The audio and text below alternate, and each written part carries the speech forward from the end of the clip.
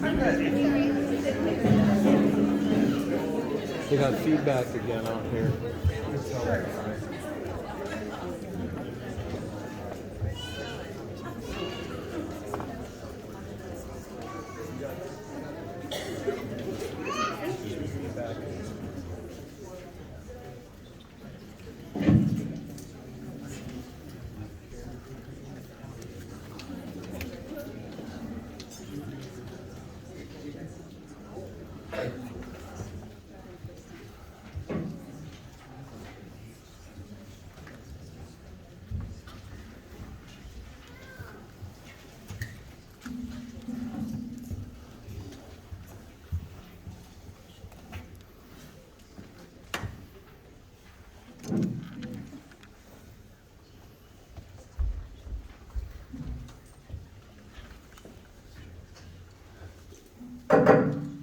This regular meeting of the Independent School District 535 School Board is called to order at 5:31 p.m. on Tuesday, April 9th, 2024, in room 137 of the Edison Building. The board acknowledges this site and all RPS sites are situated on the ancestral land of the Dakota people, and we honor the Dakota nations and the sacred land of all indigenous peoples. This meeting is being live streamed, and interested members of the public are welcome and encouraged to view this meeting remotely at youtube.com/ISD535. Tonight's meeting is also being recorded and will be posted on our YouTube channel following completion of the meeting. The agenda and documents for this meeting are available online at rochesterschools.org/assembly. Present at this meeting are school board members, Superintendent Kent McKell, a non-voting ex officio member, and Assistant School Board Clerk, Ms. Lori Sam. Ms. Sam, would you please call the roll? Director Barlow. Here. Director Cook. Here. Director Garcia. Here. Clerk McLaughlin. Here. Treasurer Marvin. Here. Chair Nathan. Here. Vice Chair Wilson. Here. At this time, we offer the opportunity to say the Pledge of Allegiance.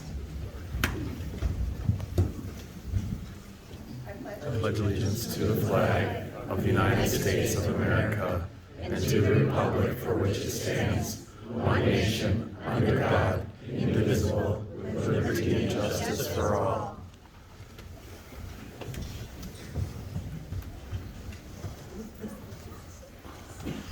Item 2.1 is approval of the agenda. Are there any changes to the agenda? Second. It has been moved and seconded to approve the agenda. All those in favor say aye. Aye. Any opposed? The agenda has been approved.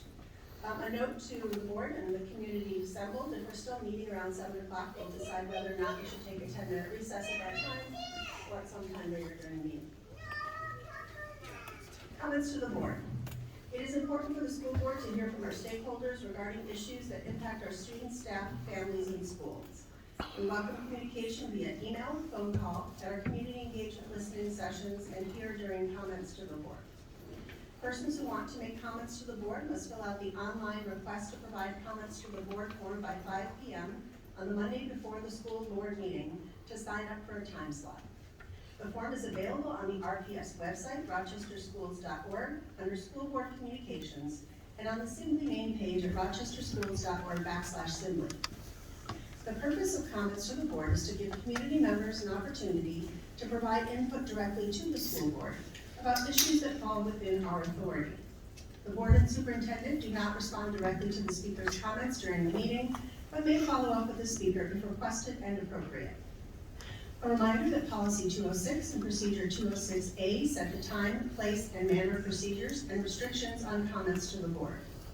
These ensure privacy protections for students and staff and prohibit comments that are threatening, profane, lewd, vulgar, obscene, harassing, abusive, or constitute a personal attack on others. Speakers, when your name is called, please come to the table. Choose a microphone to speak into and be seated. You will have 3 minutes to speak, and the timer will be displayed right in front of me. Please begin your remarks by stating your name. If you have written materials to the board, please provide them to the Assistant School Board Clerk prior to your remarks, and she will distribute them to school board members.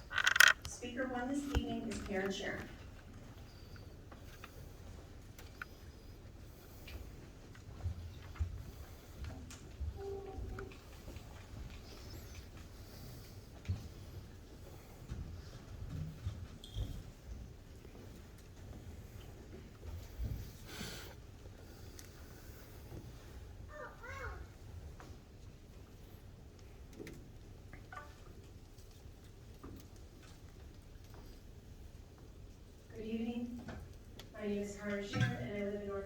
Rochester, you repeatedly claim to care about parental involvement, but that is questionable since it appears that this transgender guidelines document was hidden from the public. When written last fall, this document should have been sent in multiple languages to all parents. I applaud Ms. Barton for bringing it to light on March 19th. In an attempt to not exclude one group, you actually alienate another. By encouraging transgender students to access any bathroom or locker room that they identify with, you completely deny the privacy and safety rights of non-transgender students. It is very dangerous to mix biological males and females together in a bathroom setting, but more importantly, you do not have my permission to do this. I speak on behalf of many parents, and we do not support this behavior. The children could be subjected to maltreatment under Minnesota Statute 260E.03, Subdivision 12, which includes egregious harm, child endangerment, threat, injury, and sexual abuse. Additionally, if these guidelines violate one's conscience and religious beliefs, you cannot threaten job termination regarding those religious beliefs because they are protected under Title VII, Section 12 with the U.S. Equal Employment Opportunity Commission. Lastly, it is unethical to withhold information from parents and disregard state law. According to Minnesota Statute 8710.6400, a school counselor communicates and interacts with parents or guardians, families, and colleagues to support student learning and well-being. Furthermore, part of the Minnesota Education Mission Statement in Statute 128.03 says, the public school shall serve the needs of the students by cooperating with the parents and legal guardians to develop the students' intellectual capabilities and life work skills. Let me repeat, cooperate with parents. As test scores are openly shared with parents, any gender identity comments must also be immediately communicated so that parents can be involved with their own children. This document destroys trust and should not be in the schools. I truly pray that your hearts and minds are receptive to what I've just said. Thank you for listening.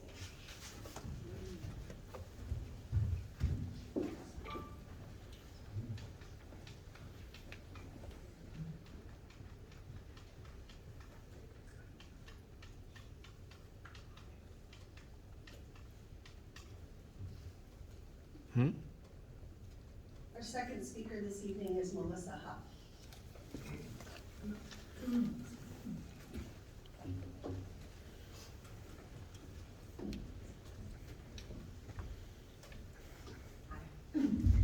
Hello, my name is Melissa Huff and my pronouns are she, her. I'm here today to belatedly honor and celebrate the International Transgender Day of Visibility, which took place over our spring break.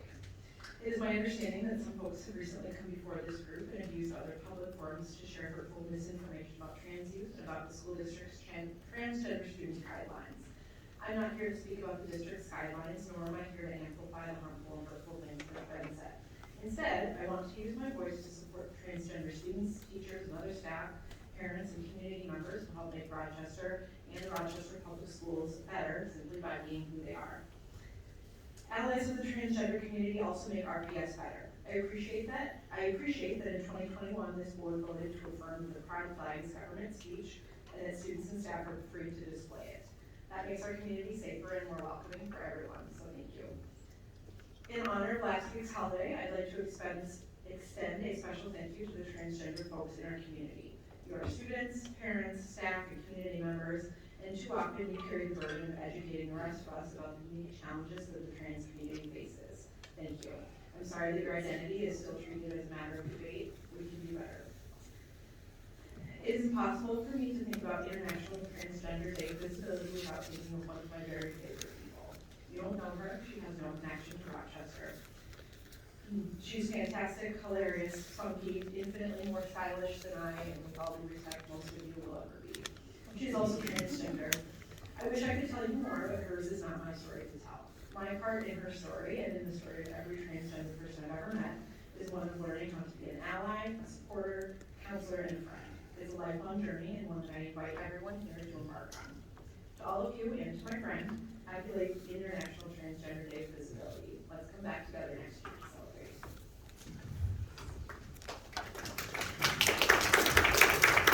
Okay.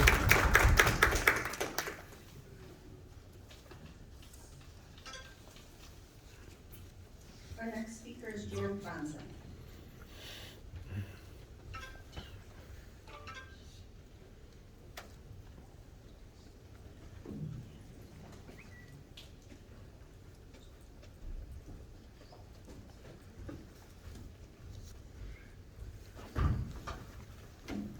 Good evening, Board. I'm here to represent tonight and rise for the young man to come here and ask that we have an American flag put in his classroom. I have served with our country 27 plus years as a federal law, retired federal law enforcement officer. This is a folded flag, and I also do the Bell of Honor.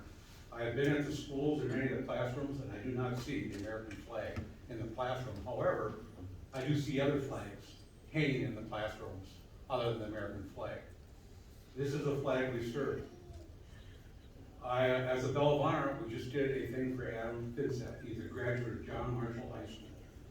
The least we could do in his honor is put a plaque up in the school, or we name a stadium in Rochester after a person who gave his life in his service to his country, defending all of us and what he does as a paramedic.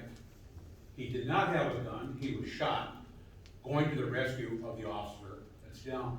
We have no trouble putting sport figures' names, coaches' names on our stadiums.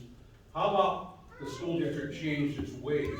And how about we set a new precedent to take Adam Fitzek and put his name on a stadium at John Marshall High School, or a plaque? And how about we start to recognize our fallen soldiers at Soldiers Field during Memorial Day? And how about we do that in May for the fallen officers? How about we do it in October for the firefighters? So we truly can be united in our schools and start teaching, this is our flag.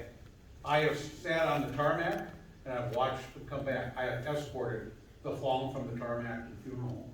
I have escorted from the church to the grave. I have gone out, I've been out to Colorado. I've been at the Air Force Academy, developed the Bell of Honor pool. I've been at Shakespeare. I've been at the Pentagon. We're invited out 3 days for the 30th anniversary for the Vietnam Wall. What an honor to be able to read the names, the people that stood behind this flag. I don't see any other flag in any coffin other than this flag. So it's time our schools become united and get the flags back in our schoolrooms and the Pledge of Allegiance, and we start honoring our people. Thank you for your time.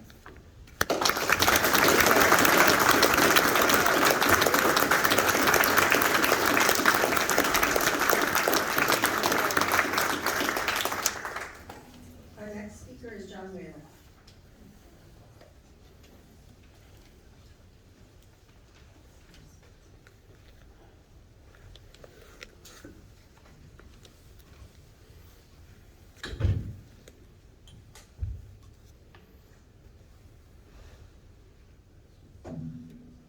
Can you hear me okay?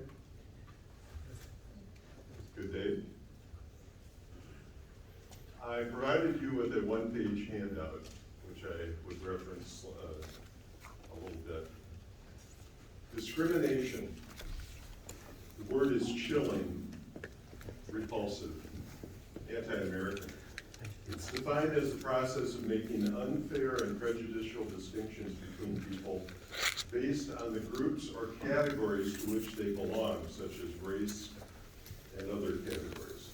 There are many sad reminders of discrimination in America's past. When I moved back to my hometown of Rochester at the end of 2021, I soon learned what the Rochester Public Schools have been up to over the past few years. The school board and the superintendent had instituted new discrimination. This new discrimination is embodied in the equity statement, policy 105, and the government speech resolution. After reading these disturbing documents, I looked up the RPS discrimination policy. I concluded that the equity statement and the government speech resolution were both in violation of that long-standing policy. I spoke and wrote about this during my 2022 campaign for school board. Somebody was apparently paying attention and made a decision to fix this untenable situation. The result is policy 401, which is the new discrimination statement. This language appears below the old discrimination policy on the handout I provided. This attempted cure involves inserting the word unlawful in front of the word discrimination. Now the opening sentence of policy 401 reads, Rochester Public Schools does not unlawfully discriminate on the basis of race, etc. By adding the word unlawfully, RPS is admitting that they are, in fact, discriminating. They follow this with the bold assertion that the discrimination they admit to is not unlawful, that is to say, it's lawful. Nice try. You, in fact, are guilty of unlawful discrimination. This new discrimination carries the same ugly, divisive attributes of the old discrimination. So far, you're getting away with it, but you won't forever. And history will judge your new discrimination just as harshly as the old discrimination of the past, because it's just as bad. You're spending millions of dollars of taxpayer money on failed, non-academic social engineering programs. You have documented negative results, such as the recent 10% reduction in Black graduation rates. Stop dividing people. You are hurting our kids.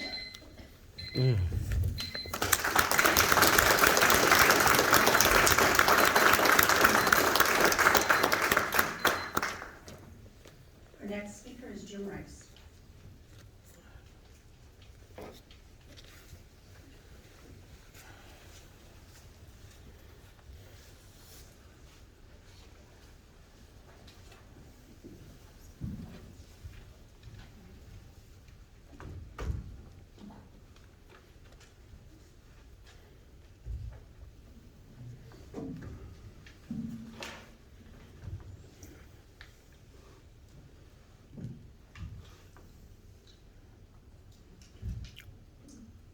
My name is Jim Rice. I live in Rochester, and I have 2 granddaughters in their school system.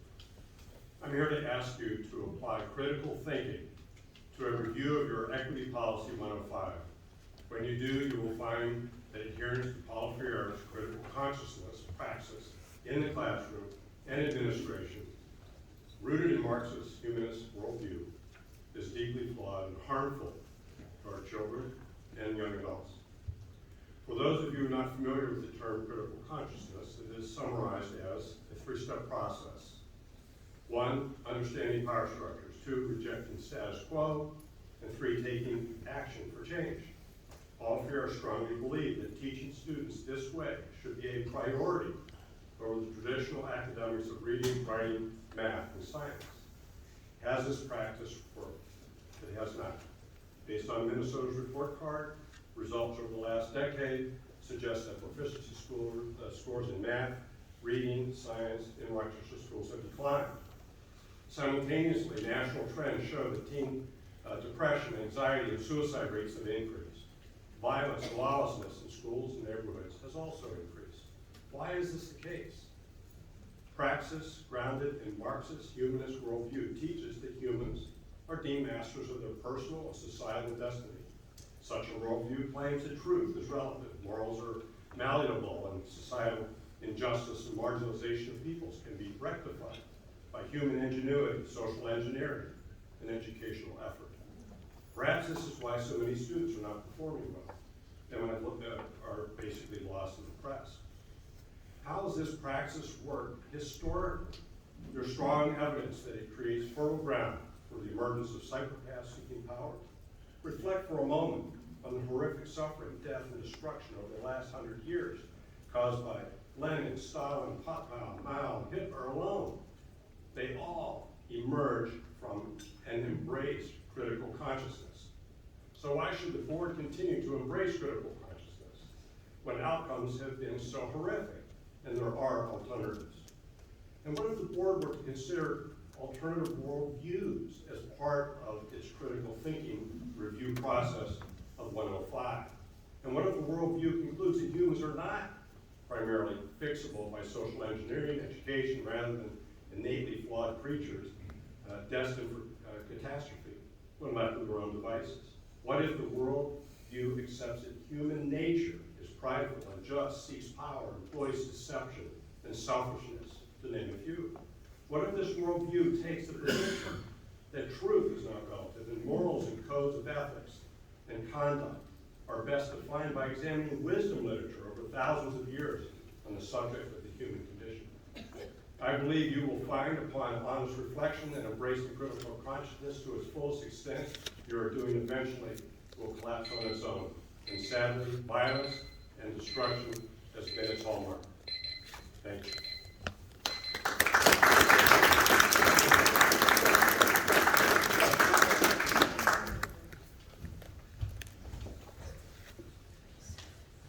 Our next speaker is Wes Lund.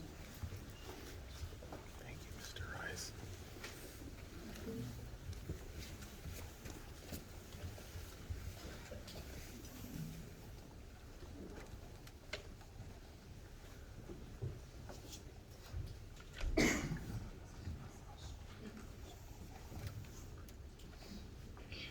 I had a good conversation with your soundboard guy, and now I realize why the feedback. I was kind of chewing on the microphone last time, but I'll sit back from it at least a foot.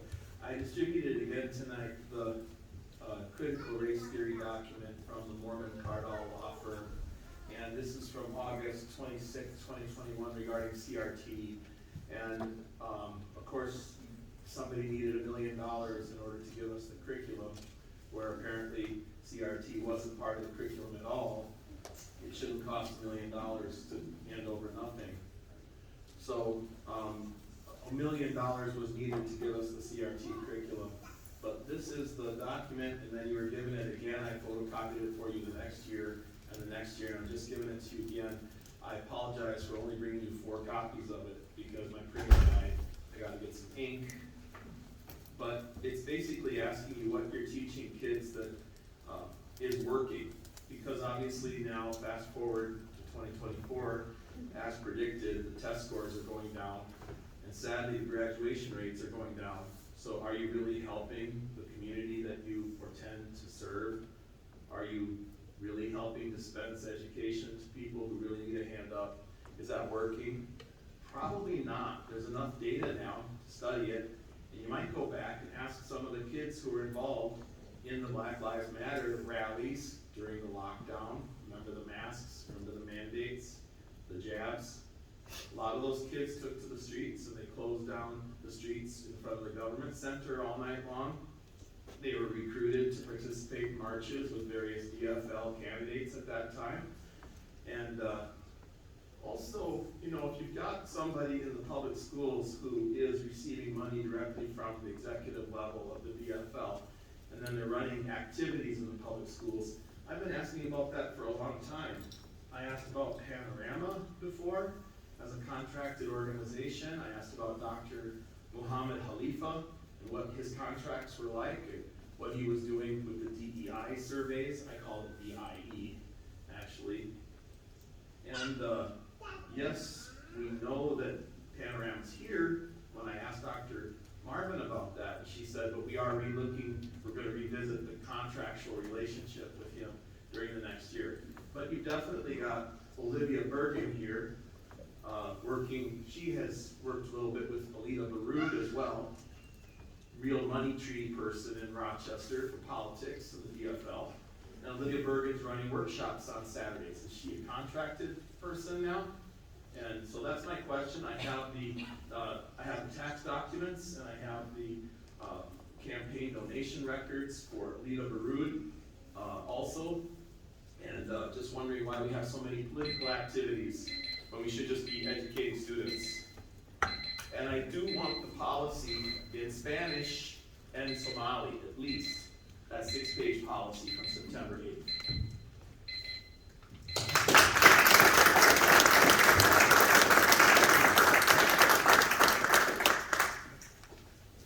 Our next speaker is Alex Agano.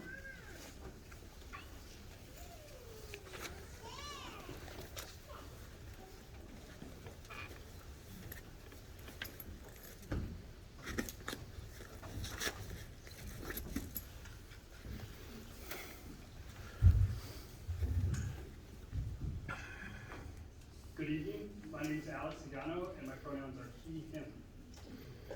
I am speaking tonight as a private citizen, not as a representative of any organization, place of employment, nor any other individuals. And my words represent my own personal thoughts and feelings, with a little help from our wonderful Rochester Public Library resources. In recent public comments to this board, an individual suggested that gender-affirming practices come with risks. Today, the purpose of my message is to provide the school board with evidence to the contrary, based on excerpts from the American Psychiatric Association's Diagnostic and Statistical Manual, 5th edition text revision. To compile this 1,048-page manual, the American Psychiatric Association, or APA, gathered countless medical physicians, therapists, and PhD researchers to provide an informed account of their field. This is not a document of opinions, but rather an up-to-date and research-based manual to support those who are experiencing mental distress. First, on page 511, the association identifies stigma against transgender individuals as a possible source of distress. They write on page 515, for trans youth, an increase in behavioral or emotional problems is, quote, related to the increase in non-acceptance of gender non-conforming behavior by others. Children and adolescents who feel supported and accepted in their gender nonconformity may show less or even no psychological problems. Later, the writers continue, a very young transgender child may show signs of distress, for example, intense crying, only when parents tell the child that he or she is really not a member of another gender, but only desires to. Distress may not be manifest in social environments supportive of the child's gender nonconformity and may emerge only if there's parental or social interference with the child's gender variance. They go on. Such distress may, however, be mitigated by supportive environments. Based on my reading of this passage, it seems that the American Psychiatric Association would disagree with anyone who might suggest that gender-affirming social environments are risky for children and adolescents. Quite to the contrary, it is clear that the group of mental health experts who have written these passages have found that gender-affirming practices decrease the risks for trans youth. Sunday, March 31st, was International Transgender Day of Visibility. To the transgender and gender-expansive individuals in my life, I'd like to publicly say thank you for being you, and I stand in solidarity with you. I appreciate the school board for your attention to this evidence and regarding supportive environments for trans youth. Thank you.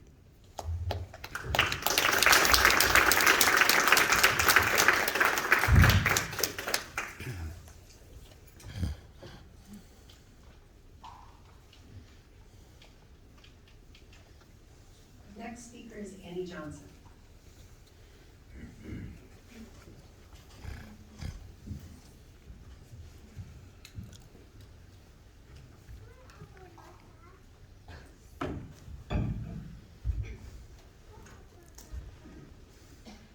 Hi, my name is Annie Johnson.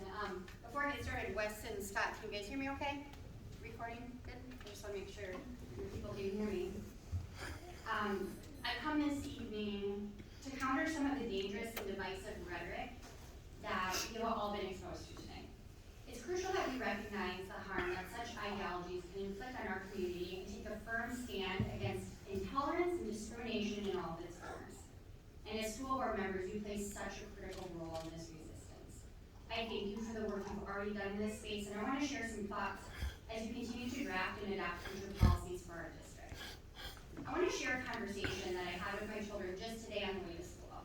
I asked them this: if you were ever in a position where you shared with a counselor at your school deeply personal information, let's say a conversation about gender exploration, and the counselor then made a phone call home to discuss this with Dad or I, how would that make you feel? My 12-year-old was so confused. He looked at me and he said, well, Mom, that's illegal. Like, that's illegal, Mom. Yeah. We discussed how even he, as not yet even a teenager, knows that this would wildly violate that individual's privacy and rights, and how such a breach of trust would have a devastating lifelong consequence on a child's relationship with mental health professionals. Now, of course, our conversation this morning was all hypothetical, but come to think of it, this entire conversation is hypothetical. The counselor who spoke out last month against the district's transgender policy has said herself that she has never had a student come to her, thank God, with this issue. Yet, here we are. Their messages, performed on the foundation of the Bible and in the background of the flag, are being portrayed as messages of loving and caring and protecting all the children.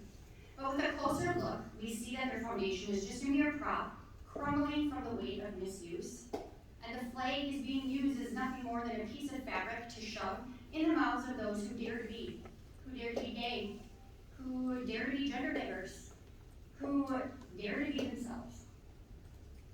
As a board, I personally want you to know that there is a tremendous amount of support for the inclusive and protective positions you have taken for our children. This support may not always be the loudest, it might not always be the showiest in this room, but believe me, it's there. Thank you for serving and for enduring what you endure for our children.